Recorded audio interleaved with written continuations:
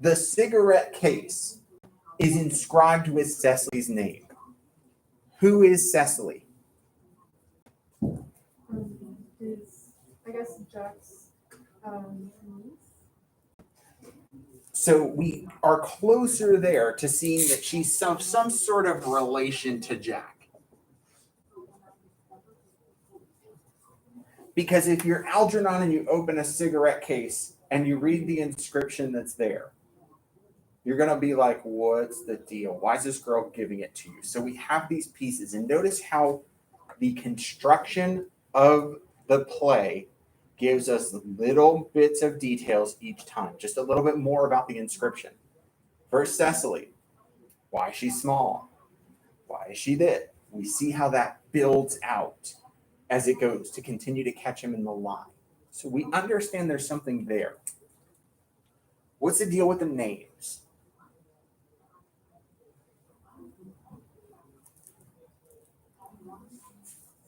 Why does Algernon keep calling him Ernest, but our stage directions say that his name is Jack, and even he insists that his name is Jack?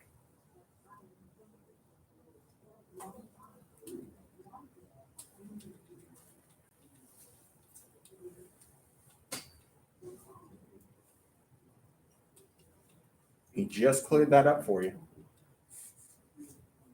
Ernest is his name in town, and Jack is his name in the country. Uh-huh.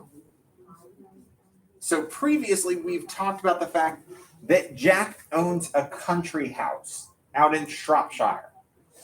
Here we now have it that when he is in town, he calls himself Ernest, and when he is in the country, he calls himself Jack. Why the name Ernest?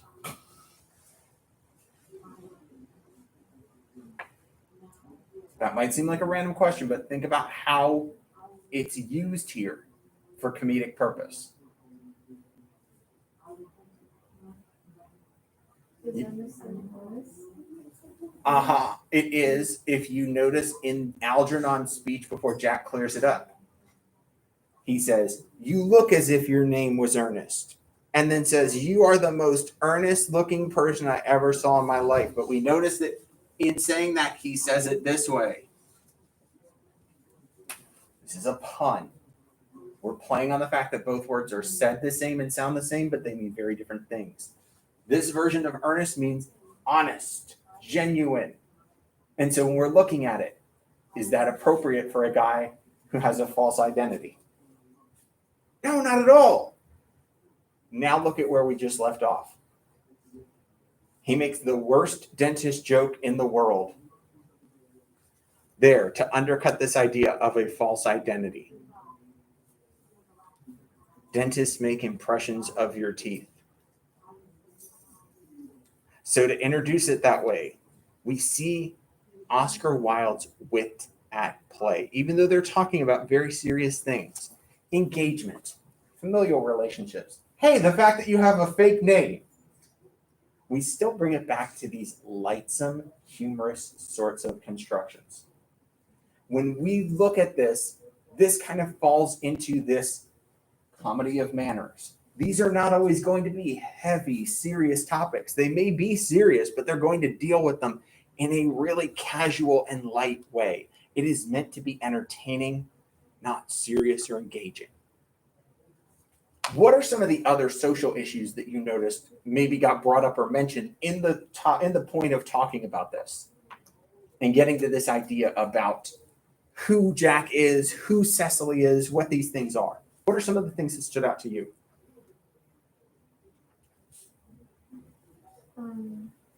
They mentioned talking about modern culture. Uh-huh. And he was like, "You don't talk about that in private." It was just interesting.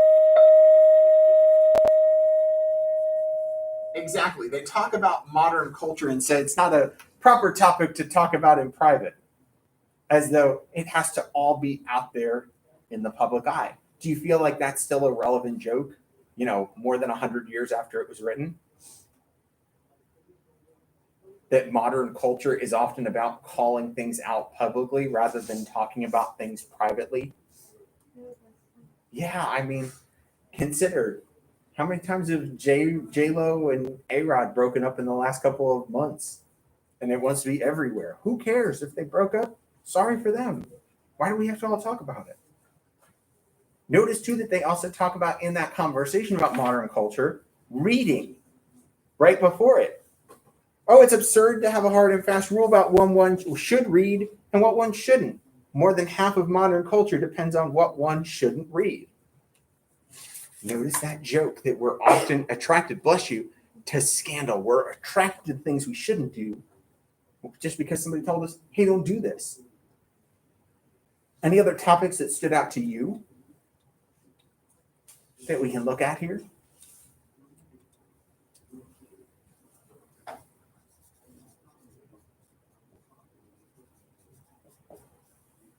Notice how he talks about ant and tries to logic away the fact that it says small to try to explain his lie. He says some ants are tall, some ants are small. Shouldn't they all be able to determine what they want to be? How many of you wish that you could be taller or shorter, thinner, something different? Man, if only. But we know the absurdity of it, and so we play that up here. They're going to continue to talk. We're going to clear up exactly who Cecily is. We're going to clear up a little more here with this town versus country thing. Why do you have two names? As well as start to look at how Algernon is an appropriate person to open up to with this.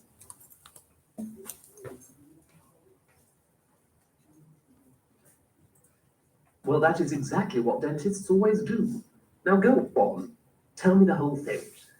I may mention that I have always suspected you of being a confirmed and secret Bunburyist, and I am quite sure of it now. Bunburyist? What on earth do you mean by a Bunburyist? I'll reveal to you the meaning of that incomparable expression as soon as you are kind enough to inform me why you are Ernest in town and Jack in the country.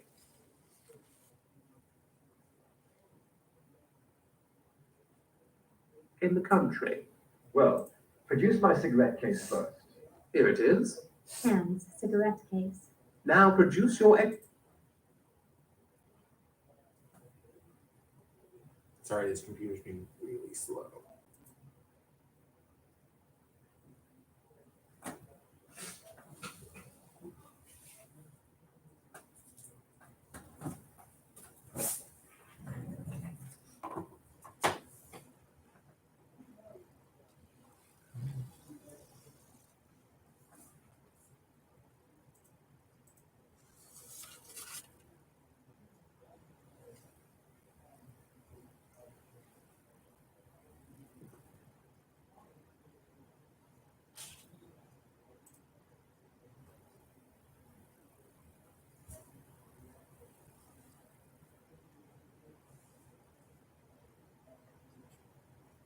explanation, and pray, make it improbable. Sits on sofa. My dear Oh, I thought we had it. Nope. fellow, there is nothing improbable about my explanation at all. In fact, it's perfectly ordinary. Old Mr. Thomas Cardew, who adopted me when I was a little boy, made me in his will guardian to his granddaughter, Miss Cecily Cardew. Cecily, who addresses me as her uncle, from motives of respect that you could not possibly appreciate, lives at my place in the country, under the charge of her admirable governess, Miss Prism. Where is that place in the country, by the way? That is nothing to you, dear boy. You are not going to be invited. I may tell you candidly that the place is not in Shropshire. I suspected that, my dear fellow. I have bumbled all over Shropshire on 2 separate occasions. Now go on. Why are you Ernest in town and Jack in the country? My dear Algy, I don't know whether you will be able to understand my real motives. You are hardly serious enough. When one is placed in the position of guardian, one has to adopt a very high moral tone on all subjects. It's one's duty to do so. And as a high moral tone can hardly be said to conduce very much to either one's health or one's happiness, in order to get up to town, I have always pretended to have a younger brother of the name of Ernest, who lives in the Albany and gets into the most dreadful scrapes. That, my dear Algy, is the whole truth, pure and simple. The truth is rarely pure and never simple. Modern life would be very tedious if it were either.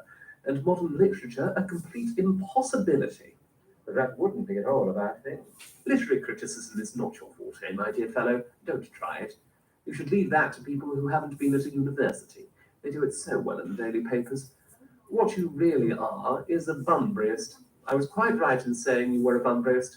You are one of the most advanced Bunburyists I know.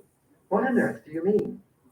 You have invented a very useful younger brother called Ernest in order that you may be able to come up to town as often as you like. I have invented an invaluable permanent invalid called Bunbury in order that I may be able to go down into the country whenever I choose. Bunbury is perfectly invaluable. If it wasn't for Bunbury's extraordinarily bad health, for instance, I wouldn't be able to dine with you at Willis's tonight, for I have really been engaged to Aunt Augusta for more than a week. Okay, so let's stop it there and discuss what we're seeing. Let's start with Cecily. Who is Cecily? Like, this girl that just lives on his estate. Yeah, the word that we would use is a ward. Someone that you care for, but that's not been adopted. And so she calls him Uncle Jack the same way that you might call your parents' friends aunt or uncle. Like, he's close. He was raised by Thomas Cardew, but he wasn't adopted either. So we see this more familial thing. Cecily is roughly like 18, and she lives in the country. We will see her in Act 2. Why then does Jack have two different names? He's made up this alter. I guess he lied saying he has a younger brother in the city, so he can go visit him all the time. So that he can what? Why does he need to, in visiting him, what's he really doing? Living his life. Exactly. He's getting out of responsibilities. It's his easy way to be like, I don't want to be here anymore. I have to go visit my brother. He's sick. Oh, my brother got hurt. I have to go up there. So it's an easy way to just get out of things. So we notice that all of a sudden social responsibilities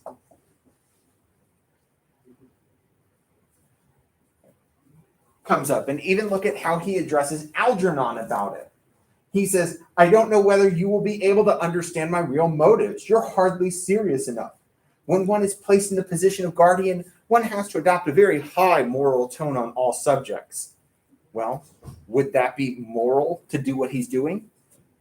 No. And so we notice the irony here, verbal. I'm pretending as though I am so much. You just can't understand Algernon. You don't know what it's like. How can Algernon understand, though? What does Algernon have? Yes, Bunbury. He has Bunbury. Who is Bunbury? Pretty much the same. It has the same role that Ernest is, except for country. Yeah. It is his invalid friend. So when we talk about invalids, someone who is sick. So notice, if it's your brother, there's a familial bond. I have to go take care of my brother. But imagine that you pass off that you have a permanently sick friend. That's like saying to your family, hey, I have a friend who has cancer. He's dying of cancer. I have to go be with him. And meanwhile, you're out living your life. That's dirty. Ooh, that's just, ooh. Notice how Algernon also uses it both as a noun and a verb. He talks about being a Bunburyist, Bunburying all over Shropshire. He's using it a lot of different ways. So we notice sort of how playful the language is here. This isn't quite a pun as much as it is just general wit. Good thing to add here. Into how he's constructing it. But we're playing around with this concept of how one escapes their responsibilities in society. We're going to further talk about it because Algernon's now going to talk about, I have to go to this dinner with Aunt Augusta and I don't want to. I would rather go hang out with you, buddy. He's going to talk about this dinner. And so notice how this comedy of manners is going to play into it. What are some of the traditions and ideals of society? They're going to kind of smack around a little bit. I haven't asked you to dine with me anywhere tonight. I know you are absurdly careless about sending out invitations. It is very foolish of you. Nothing annoys people so much as not receiving invitations. You had much better dine with your Aunt Augusta. I haven't the smallest intention of doing anything of the kind. To begin with, I dined there on Monday, and once a week is quite enough to dine with one's own relations. In the second place, whenever I do dine there, I am always treated as a member of the family and sent down with either no woman at all or two. In the third place, I know perfect well whom she will place me next to tonight. She will place me next Mary Farquhar, who always flirts with her own husband across the dinner table. That is not very pleasant. Indeed, it is not even decent, and that sort of thing is enormously on the increase. The amount of women in London who flirt with their own husbands is perfectly scandalous. It looks so bad. It is simply washing one's clean linen in public. Besides, now that I know you to be a confirmed Bunburyist, I naturally want to talk to you about Bunburying. I wanted to tell you the rules. I'm not a Bunburyist at all. If Gwendolyn accepts me, I'm going to kill my brother. Indeed, I think I'll kill him in that place. Cecily is a little too much interested in him. It is rather a bore. So I'm going to get rid of Ernest. And I strongly advise you to do the same with your invalid friend who has the absurd name. Nothing will induce me to part with Bunbury, and if you ever get married, which seems to me extremely problematic, you will be very glad to know Bunbury. A man who marries without knowing Bunbury has a very tedious time of it. That is nonsense. If I marry a charming girl like Gwendolyn, and she is the only girl I ever saw in my life that I would marry, I certainly won't want to know Bunbury. Then your wife will. You don't seem to realize that in married life 3 is company and 2 is none. That, my dear young friend, is the theory that the corrupt French drama has been propounding for the last 50 years. Yes, and that the happy English home has proved in half the time. For heaven's sake, don't try to be cynical. It's perfectly easy to be cynical. My dear fellow, it isn't easy to be anything nowadays. There's such a lot of beastly competition about. The sound of an electric bell is heard. Ah, that must be Aunt Augusta. Only relatives or creditors ever ring in that Wagnerian manner. Now, if I get her out of the way for 10 minutes so that you can have an opportunity for proposing to Gwendolyn, may I dine with you tonight at Willis's? I suppose so, if you want to. Yes, but you must be serious about it. I hate people who are not serious about meals. It is so shallow of them. Okay, so before we introduce Lady Bracknell and Gwendolyn and change things up a bit, let's talk a bit about what you're seeing. What are some of our targets that we notice here? What are the things that we're making fun of? Formal education for like just stuff, you know.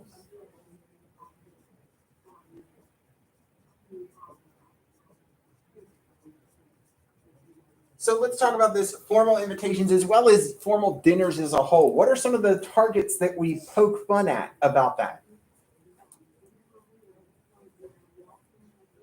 People actually like off a whim, or I guess he said Algernon is like poking fun at the need for like seriousness. If you can't just be like, hey, let's just go out and get some food, it has to be like this whole thing. Yeah. So the process of it. Notice how he talks about the seating arrangements. He's like, she's going to sit me down next to Mary Farquhar. What's his problem with Mary Farquhar? She's married. She's married. And what does she do? It's with her husband. She flirts with her husband at the dinner table. Ugh. That's not very pleasant. He says, the amount of women in London who flirt with their own husbands is perfectly scandalous. It looks so bad. It's simply washing one's clean linen in public. What's the usual way that we talk about people that flirt in public as a scandalous manner? They're airing their dirty laundry. Look at this pun here. Married people that flirt with each other? Oh, it's like showing off your clean linens in public. There's nothing dirty about it. You're married. You should be flirting with the person that you love with. But instead to him, as a single man who wants to sit down at dinner with a girl and flirt and be that way, he's like, oh, I go to these dinners and I have to sit next to Mary Farquhar. And if I don't sit next to her, either Aunt Augusta sits me next to no women or 2 women. So I can't flirt with either. Oh, he's like, it's the worst. All I want to do is hang out with my bros and hit on the girls. We notice that, and so he uses this as his bully pulpit. Let's smack it around. What else do you notice that he makes fun of? What are some of the other targets that we have? Even if we went back right before we picked up, did you notice how he talked about literary critics? There's a little bit of a meta for you. Oscar Wilde as a playwright, talking about literary critics. We should leave that to the people that haven't gone to the university because they do it so well. Here he's making fun of critics as almost uneducated versus I'm very educated. I'm glad they have that opinion of me. Look at how they talk about marriage. What do they have to say about marriage? Well, the flirting stuff. The flirting stuff, but then even beyond as they continue to hit on it. They come to this idea that 3 is company and 2 is none. That in order for a marriage to work, somebody is going to have to use the excuse of why these 2 people can't be together forever. One of them is going to step out. If it's not the husband, it's the wife. He says, British life has shown us that, but also they make fun of someone else for it. Who do they dump on? The French. If you don't realize this, British people hate French people. It's a historical just thorn. It goes back to 1066. It goes back even further than that. British and French people, oh, they hate each other. And so here, this is like making, think about something that all Americans hate. Can you put your finger on something we all like to make fun of? We all like to communally hate this concept.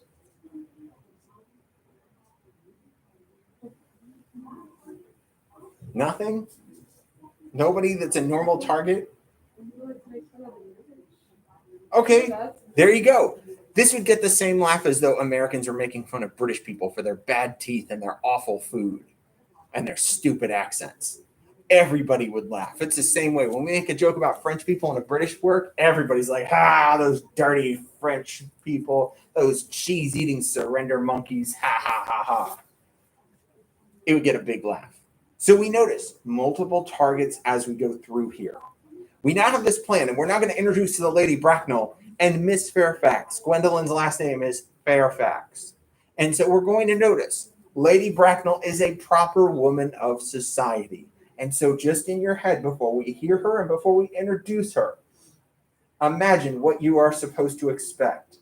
This is a comedy that makes fun of society and proper ideals. So think about what you expect her to sound like, what you expect her to be, knowing that this is a comedy of manners.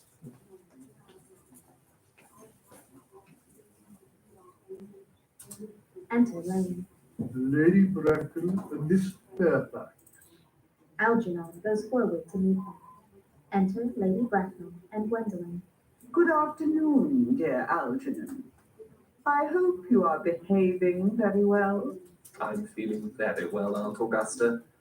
That's not quite the same thing. In fact, the 2 things rarely go together.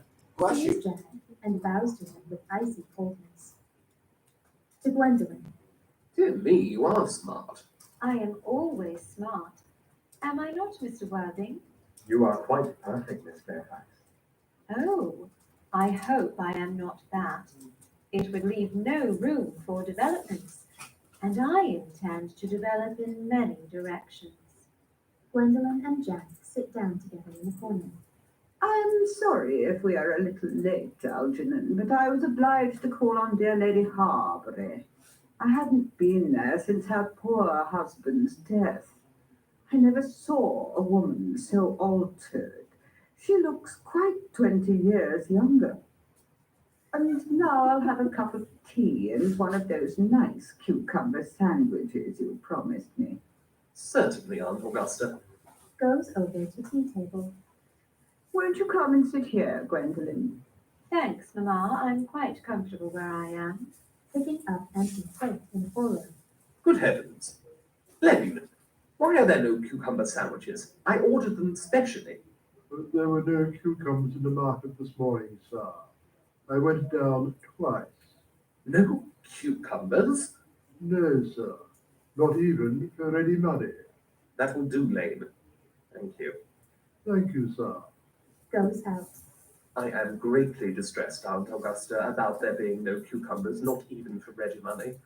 It really makes no matter, Algernon. I had some crumpets with Lady Harbury, who seems to me to be living entirely for pleasure now.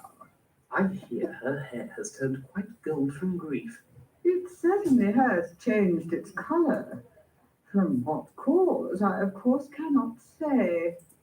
All right, so before we get much further, let's talk a bit about Aunt Augusta and very quickly, Gwendolyn.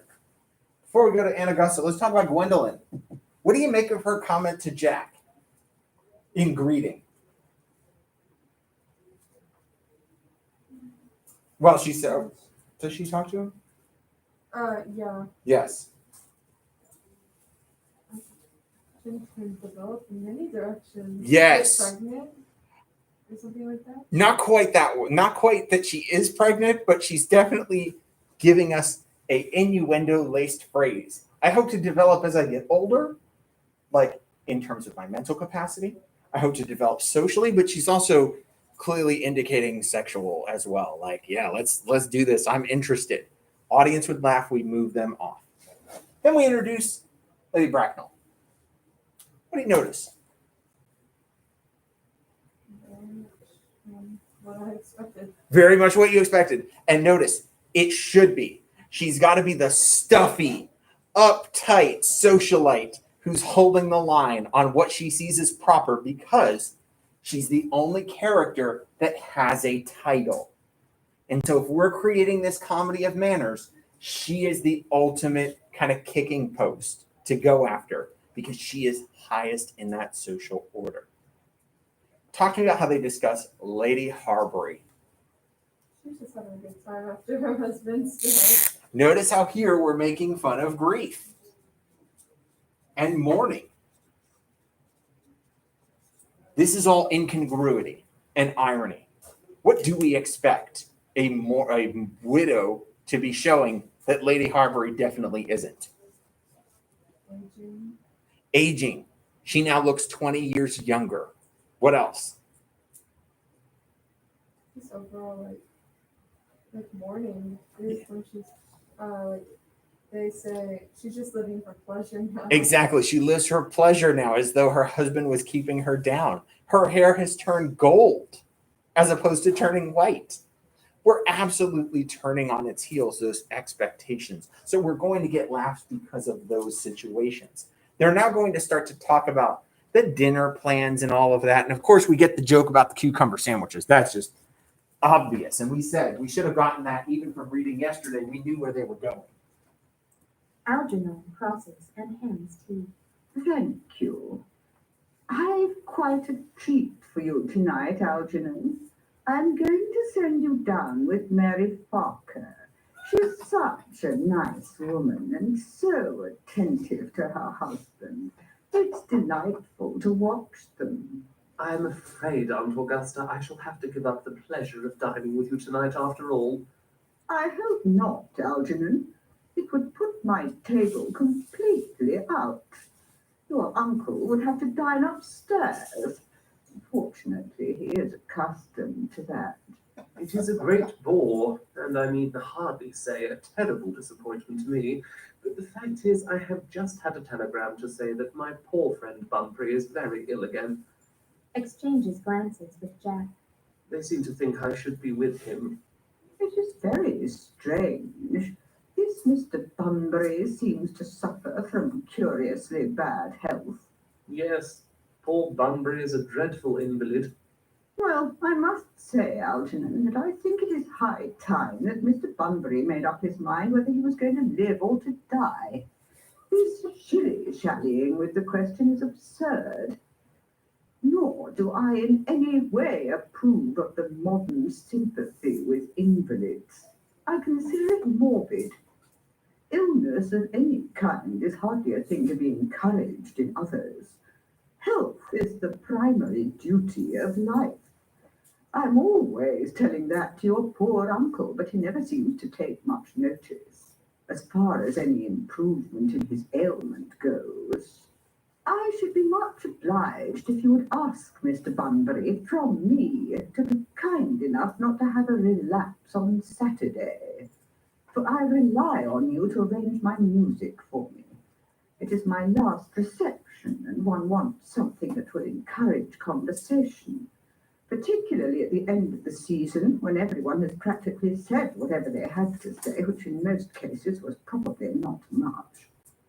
I'll speak to Bunbury, Aunt Augusta, if he is still conscious, and I think I can promise you he'll be all right by Saturday.